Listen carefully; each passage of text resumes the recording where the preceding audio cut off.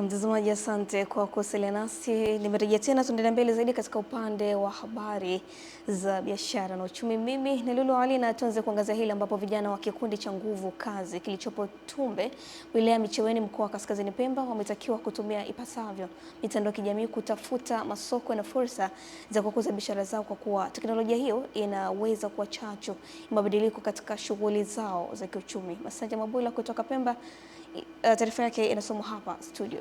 Akifunga mafunzo ya biashara mtandao kwa vijana hao, mkuu wa mkoa wa Kaskazini Pemba Bi Mgeni Hatibu Yahya amewataka kuitumia mitandao ya kijamii kama nyenzo muhimu ya kukuza biashara na kujenga uchumi wao. Wengi sasa hivi wanatumia mitandao hii kwa kuangalia mambo mbalimbali, lakini wajanja huitumia mitandao hii kwa kutafuta fursa za kibiashara.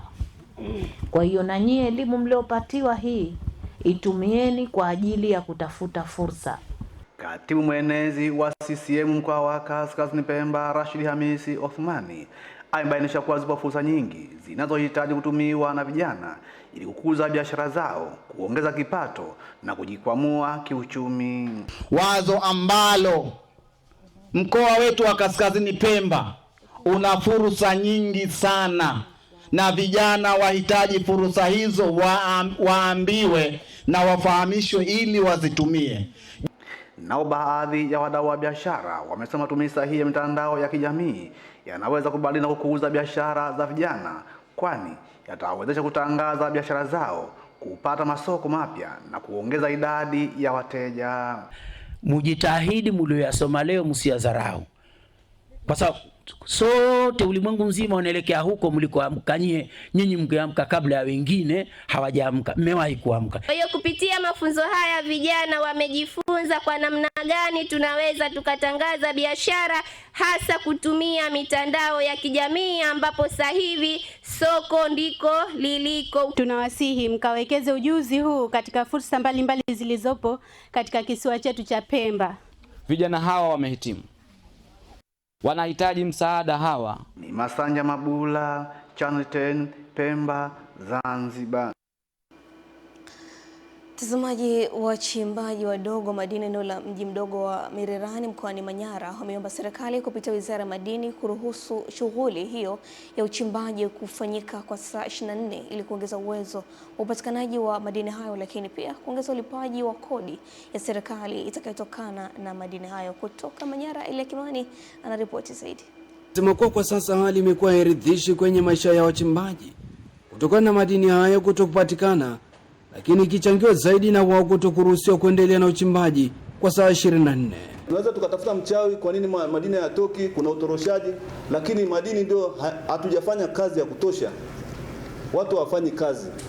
Tunaomba chonde, sisi kama wachimbaji wadogo tunaomba turuhusuni tufanye kazi usiku na mchana, tuingize vifaa usiku na mchana. Ile tunaomba tupatie mashine za kisasa kwa ajili ya kuweza kuchoma, kwa sababu tunatumia mkaa na si salama sana. Upande wa serikali, waziri wa madini Anton Mavunde akijibu baadhi ya changamoto hizo akiwa eneo la Mererani, ikiwemo uongezaji wa thamani ya madini hayo ya vito ya Tanzanite, amekiri kuwa serikali itatuma wataalamu wake kuanza kufanya uchunguzi wa mahitaji mengine ili kuchukua hatua ya utatuzi wake.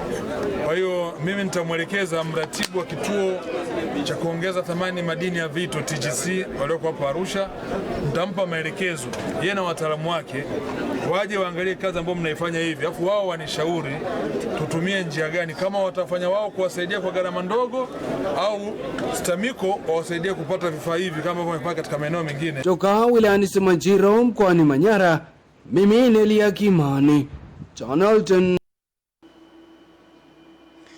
Uwekaji wa taa katika uwanja wa ndege wa Arusha umekamilika na sasa rasmi kutumika kwa saa 24, na hivyo kufungua fursa zaidi na kuchochea shughuli za utalii, biashara na uwekezaji. Uwanja huo ambao unashika nafasi ya pili kwa miruko ya ndege baada ya uwanja wa ndege wa kimataifa wa Julius Nyerere JNIA, kwa asilimia kubwa unatumiwa na watalii wanaoelekea katika vivutio vya utalii vilivyopo Arusha na mikoa mingine, ambapo mwanahabari wetu Novatus Makunga anatueleza zaidi. Kamera ya Channel 10 imemshuhudia mkuu wa mkoa wa Arusha CPA Amos Makalla akikagua ufanisi wa taa hizo, na ameeleza kukamilika kwa mradi huo kuna umuhimu mkubwa kwa kuwa uwanja huo upo jirani mno na jiji la Arusha na pia ni kiungo muhimu katika sekta ya utalii. Kwa hali ilivyo sasa, na hasa tuko katika high season, ujio wa watalii ni wengi. Wakati mwingine wanaweza wakaahirisha safari kwa kujua kwamba hapa kutua mwisho saa 12:30. Kwa hiyo sasa, kwa kuwekwa taa, tumewarahisishia wasafiri wetu, wananchi wetu wanaokuja Arusha, watalii na watu wote wenye ratiba kwamba Arusha inafikika hata usiku. Tunaenda kukuza utalii, uchumi na maisha ya Wanaarusha. Kwa upande wake, meneja uwanja wa ndege wa Arusha Edgar Mwankuga amebainisha kwamba kando ya kuchochea utalii na biashara mkoani Arusha, uwanja huo pia kwa kufanya kazi kwa saa 24 utasaidia pia kuongeza mapato ya mkoa na serikali. Na kimsingi mafanikio ya mradi huu hatuwezi tukasema bila kusema juhudi za Mheshimiwa mkuu wa mkoa na timu yake.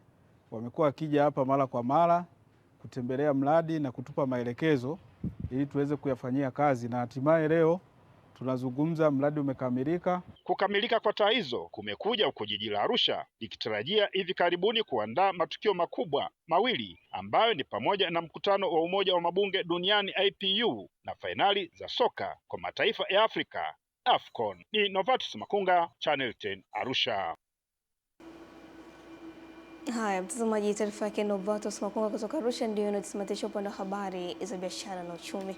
Muda mfupi ujao tutakuja kujiunga hapa na Eden Bahati katika upande wa michezo na burudani, akija hapa kutupasha zaidi. Endelea kusalia nasi.